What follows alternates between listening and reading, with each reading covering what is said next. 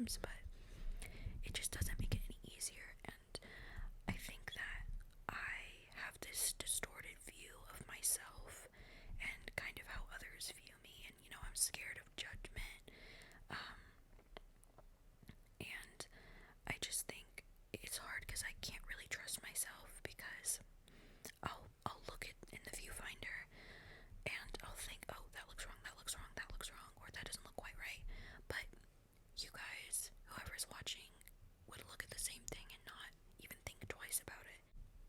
And that's just something I'm kind of trying to work through, and stuff like that.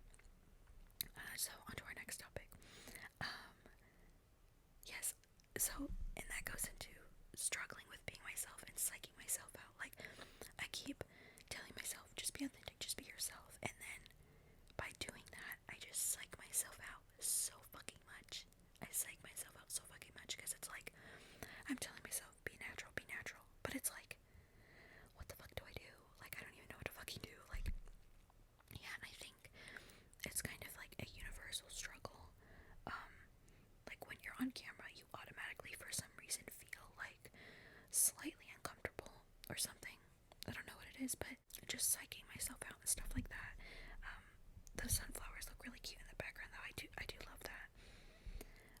I hope everything I'm saying is making sense.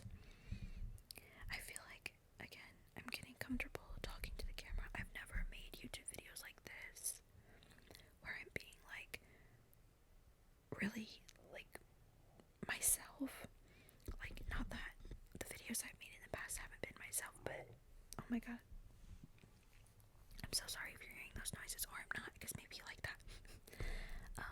But I have never made videos where I am the center focus, where me talking is the center focus, and that's kind of yeah, it's kind of a struggle. But I hope everything I'm saying is making sense and just like flowing with each other. So another thing is, like I said, I feel like I keep going back to the topics,